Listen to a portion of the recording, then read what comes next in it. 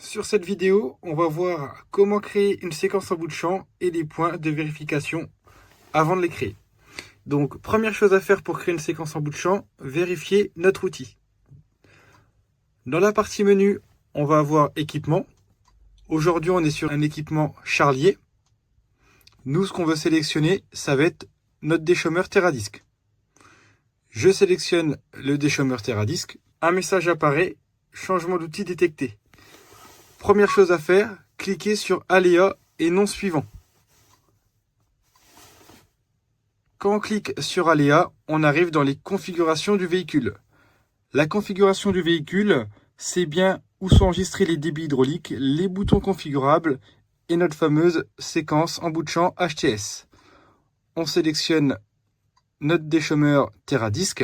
Une fois qu'on a sélectionné le déchômeur Teradisc, on peut aller dans la partie HTS. Le principe des séquences en bout de champ, ça va être, grâce à ce bouton qui est sur le poignet, de faire une séquence descente et une séquence montée. Donc avec un seul bouton, on vient faire la séquence descente. Plusieurs opérations peuvent s'effectuer, ainsi que la séquence montée. La séquence descente va être enregistrée en A. La séquence montée peut être enregistrée en B. Ensuite, on va venir alterner entre le A et le B, ou alors le B ou le A.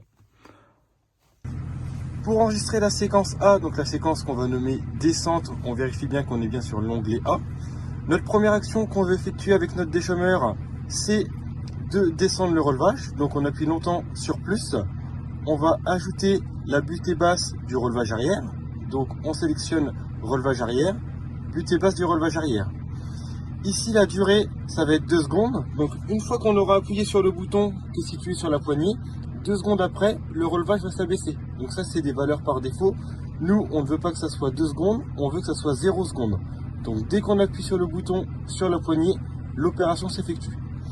On appuie sur le bouton, le relevage arrière descend.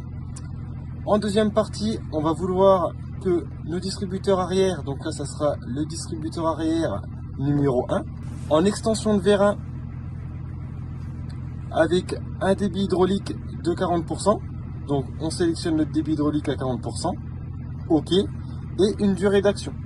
Nous, on veut que la durée d'action, elle dure pendant 10 secondes.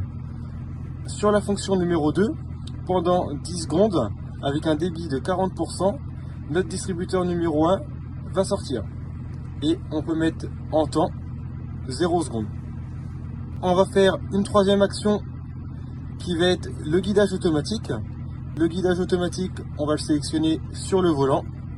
Auto. Donc là, ça va être la reprise de ligne au niveau du GPS. Par contre, en déclencheur, on peut changer. Là, aujourd'hui, on avait un temps. On va pouvoir mettre une distance. On peut aussi mettre des déclencheurs quand le relevage est dans le butée haute, butée basse, etc. On va mettre une distance. Donc, une distance 5 mètres avant la dernière opération. Le guidage automatique va s'activer. L'action numéro 3, on peut la remonter comme on veut.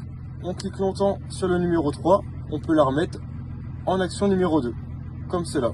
Donc là, on va avoir fini notre séquence numéro A. On va l'enregistrer. Pour enregistrer, on appuie sur le losange en haut à droite. Si on ne fait pas ça, la séquence en bout de champ va fonctionner toute la journée. Mais dès qu'on va éteindre le tracteur et qu'on va le redémarrer, la séquence va être supprimée. Donc surtout, bien penser à enregistrer la séquence. Donc là, je vais nommer la séquence A descente. En séquence B, on va faire la séquence montée. Donc la séquence montée, on va aller sur notre relevage arrière, la butée haute du relevage arrière. Donc toujours le temps d'action, on va le remettre à 0 pour qu'il s'active directement après l'impulsion du bouton. On va rajouter les distributeurs arrière, donc le fameux distributeur numéro 1. Là, cette fois-ci, il sera en rentrée. Donc on peut activer ou non un mode moteur. Là, pour le coup, ça sera uniquement un temps, donc avec 40% de débit hydraulique, avec une durée d'action de 10 secondes. OK. Je l'enregistre en séquence B. Donc je la nomme montée. OK. On a bien enregistré notre séquence A et notre séquence B. Ensuite, pour lire la séquence, il va falloir utiliser le bouton B. En première partie, l'ordinateur va nous lire la séquence A, donc qui sera la séquence descente. Une fois qu'il aura fait ces 3 actions, il va être en attente sur la séquence B. Dès qu'on va appuyer sur le bouton, il va lancer la séquence B. 2 modes de lecture, un mode automatique. Donc le mode automatique, quand on clique dessus, il va lire automatiquement les actions 1, 2 et 3. Il va mettre un temps de pause entre la A et la B et la B et la A. Ensuite, on a un autre mode de lecture qui est le mode séquentiel. Le mode séquentiel va servir de faire fonction par fonction. Donc si je clique sur le mode séquentiel, j'appuie une fois sur le bouton, ça va faire l'action 1. Une deuxième fois sur le bouton, action 2, etc., etc. Donc ça peut être un mode Fourier. Deuxième méthode d'activation des séquences en bout de champ.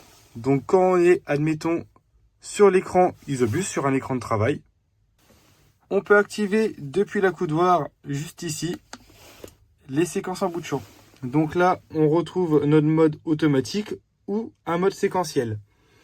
En plus, on va avoir apparaître en haut à gauche de l'IntelliView les différentes séquences. Donc là, la prochaine séquence qui va être effectuée dès que je vais appuyer sur le bouton, ça va être la montée du relevage arrière.